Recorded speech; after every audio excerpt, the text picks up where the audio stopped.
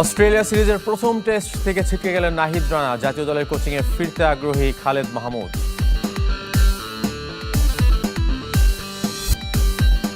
জার্মানির দায়িত্ব নিয়ে কোচিংয়ে ফিরছেন ইয়র্গেন ক্লপ। আনচেলত্তির পর ইতালির প্রস্তাব ফেরালেন গার্দিওলা।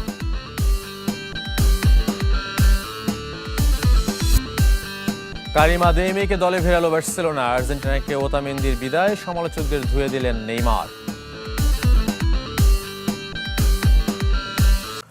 বিশ্বকাপ থেকে ব্রাজিল বাদ পড়ার পর পোকার চ্যাম্পিয়নশিপে নেইমারের নিয়মিত উপস্থিতি ঘিরে তৈরি হয় আলোচনা সমালোচনা, যাতে বিরক্ত ক্ষুব্ধ নেইমার। দাবি করেছেন ছুটির দিনে খেলেছেন পোকার। সমালোচকদের নিজের চরকায় তেল দেওয়ার পরামর্শ সান্তোসের নাম্বার 10-এর। বিশ্বকাপ শেষ, তবে ব্রাজিল ফুটবলের শিরোনাম ঘিরে নেইমারের নাম। কারণটা অবশ্য মাঠের নয়, বাইরের। নরওয়ের কাছে শেষ 16তে হেরে বিদায় নেওয়ার পরই অবকাশে যান নেইমার। তার ছুটি শুরু হয় ব্রাজিলিয়ান পোকার চ্যাম্পিয়নশিপে অংশ নিয়ে, আর তাতে আলোচনার সূত্রপাত। ফুটবলার হিসেবে ক্যারিয়ারে ইতি টানার পর তবে কি পোকারে থিতু হবেন ব্রাজিল নাম্বার 10?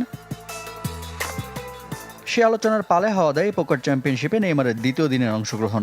একদিকে মাঠে চলছিল কোপা সুদামেরিকানায় সান্তোসের ম্যাচ, অন্যদিকে দলটির অধিনায়ক ব্যস্ত পোকার টেবিলে। অবশেষে কড়া ভাষায় সে ঘটনার ব্যাখ্যা দিয়েছেন নেইমার।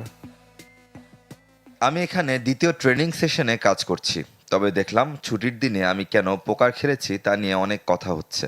সকালে অনুশীলন করেছি, তবে ম্যাচে যাইনি। এখন আবার ট্রেনিংয়ে ফিরে এসেছি। মাঝের দিনটি ছিল আমার ছুটি। আমি কি এখন অনুশীলন চালিয়ে যাব, নাকি তোমরা সমালোচনাই করবে? এসব বাদ দিয়ে নিজেদের চরকায় তেল দাও। অবশ্য পোকারের সাথে নেইমারের সখ্যতা বেশ পুরনো। ব্রাজিলিয়ান পোকার চ্যাম্পিয়নশিপের সবশেষ আসরে অংশ নিয়েছিলেন নেইমার, যেখানে 346 প্রতিযোগীর মধ্যে 29তম হয়ে সন্তুষ্ট থাকতে হয় তাকে। তবে থেমে নেই নেইমারের ফুটবল প্রস্তুতি। ব্রাজিলিয়ান চ্যাম্পিয়নশিপে রোববার শাপেকোয়েন্সের বিপক্ষে ম্যাচ দিয়ে মাঠে ফিরবেন নেইমার, সে খবর নিশ্চিত করেছেন সান্তোস কোচ।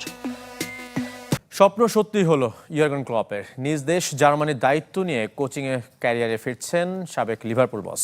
যদিও প্রথম সংবাদ সম্মেলনেই হুমকি দিয়ে রেখেছেন পরিবারের প্রতি আঘাত এলে যে কোনো সময় পদত্যাগ করবেন।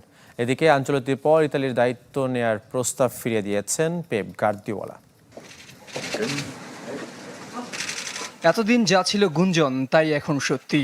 জার্মানির নতুন কোচ ইয়র্গেন ক্লপ প্রায় 2 বছর পর আবারও ডাগআউটে ফিরছেন এই মাস্টার ট্যাকটিশিয়ান। 2 যুগের ক্যারিয়ারে প্রথমবার জাতীয় দলের দায়িত্বে, সেটাও আবার নিজ দেশের। জার্মান ফুটবলের এই বিশেষ দায়িত্ব নিতে মুখিয়ে আছে। আমরা এমন একটা দল গড়ে তুলব যেখানে সবাই একে অপরের জন্য লড়বে, যে দল ফুটবল উপভোগ করবে এবং তাদের উপর দেশের মানুষ বিশ্বাস রাখবে। কোচ হিসেবে আমার ক্যারিয়ারে এটাই সর্বোচ্চ শিখর, যেখানে সর্বস্ব উজাড় করে দেব।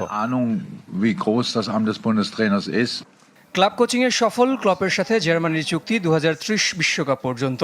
তবে দায়িত্ব নেয়ার কয়েক ঘন্টার মধ্যেই অবসরের অগ্রিম হুমকি দিয়ে রেখেছেন। জানিয়েছেন ফুটবলের আলোচনায় যেন জড়ানো না হয় তার পরিবারকে।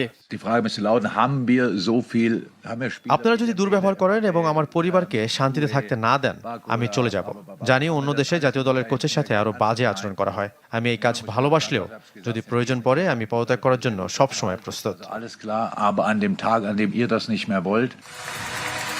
যদিও পরিসংখ্যান বলে দীর্ঘমেয়াদী কাজ করতে পছন্দ করেন ক্লপ। 2001 সালে কোচিং ক্যারিয়ারে পা রাখার পর 7 বছর ছিলেন মেইনজে। পরের 7 বছর কাটিয়েছেন বরুশিয়া ডর্টমুন্ডে। আর 2015 সালে জার্মানি ছেড়ে ইংল্যান্ডে পাড়ি দেওয়ার পর সর্বোচ্চ 9 বছর সামলেছেন লিভারপুলের দায়িত্ব। কোচ হিসেবে সেরা অর্জনও পেয়েছেন সেখানে। এরপর প্রায় 2 বছর কাটিয়েছেন রেডবুল গ্লোবাল ফুটবলের প্রধান হিসেবে।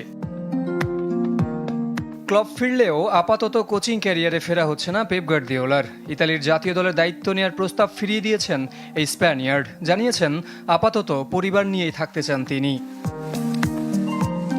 এর আগে ইতালির কোচ হিসেবে কার্লো আনচেলত্তিকে চেয়েছিল দেশটির ফুটবল ফেডারেশন, কিন্তু সেই প্রস্তাব ফিরিয়ে দিয়েছেন বর্তমান ব্রাজিল বস। আন্তর্জাতিক ফুটবলকে বিদায় জানালেন আর্জেন্টিনার বিশ্বকাপ জয়ী তারকা নিকোলাস ওতামেন্দি। সামাজিক যোগাযোগ মাধ্যমে এক দীর্ঘ পোস্টে দিয়েছেন সেই ঘোষণা। বিশ্বকাপ শেষে আর্জেন্টিনার জার্সি তুলে রাখার ঘোষণা আগেই দিয়েছিলেন। সেই কথাই রাখলেন এই ডিফেন্ডার। দীর্ঘ 17 বছরের ক্যারিয়ারে দৃঢ়তার সাথে সামলেছেন আর্জেন্টিনার রক্ষণ। আকাশ নীল জার্সিতে খেলেছেন 139 ম্যাচ। ডিফেন্ডার হয়েও নামের পাশে আছে 8 গোল।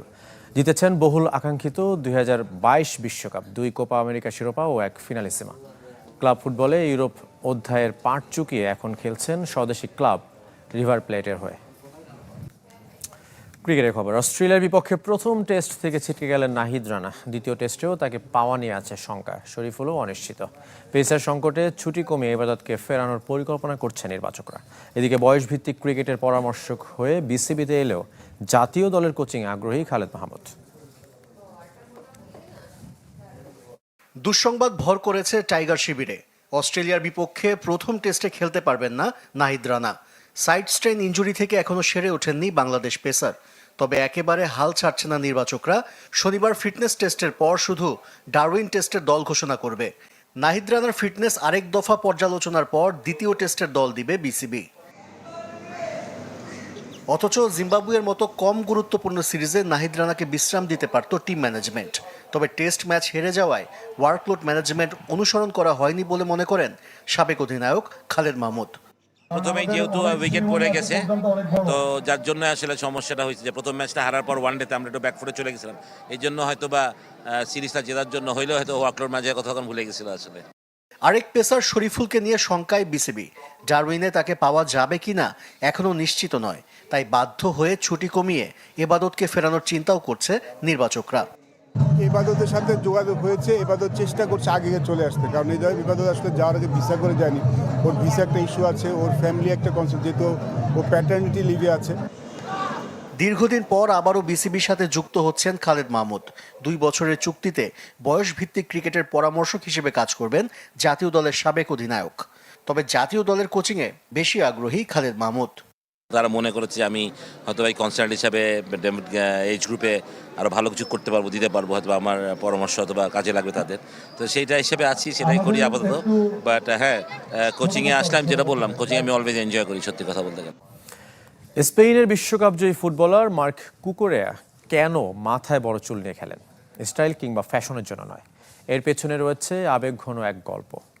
অটিস্টিক সন্তান মাতেওর জন্য ঝাঁকড়া চুল নিয়ে দিনের পর দিন খেলে যাচ্ছেন কুকুরেয়া, যেন দূর থেকে বাবাকে চিনতে পারেন ছেলে। ক্লাব বিশ্বকাপ, ইউরোর পর বিশ্বকাপ চ্যাম্পিয়ন, তার চেয়েও মার্ক কুকুরেয়ার কাছে নিজের বড় পরিচয় একজন বাবা, যিনি ফ্যাশন নয়, নিজের অটিস্টিক সন্তানের জন্য রেখেছেন বাহারি চুল। গণমাধ্যমে দেয়া সাক্ষাৎকারে জানিয়েছেন আরও অজানা তথ্য। আমার ছেলে মাতেও অটিস্টিক। আমার টাকা পয়সা না থেকে সন্তানটা পুরোপুরি সুস্থ হলে ভালো হতো। সে লম্বা চুল পছন্দ করে, এজন্য আমি লম্বা চুল নিয়ে খেলি। ভুলবশত সে আমাকে ভুলে গেলেও যেন বড় চুল দেখে সে তার বাবাকে চিনতে পারে। পেশাদার ক্যারিয়ারে অর্থবিত্ত আর অর্জনে কমতি না থাকলেও মাতেওকে নিয়ে বেশ ভুগতে হয়েছে কুকুরেয়াকে। তবে হাল ছাড়েননি অদম্য বাবা। ধৈর্য আর কঠোর মনোবলের সাথে মোকাবিলা করেন সব প্রতিবন্ধকতা। শুধুমাত্র মাতেওর জন্য বিশেষ ব্যবস্থা থাকায় দলবদলে বেছে নিয়েছেন রিয়াল মাদ্রিদকে।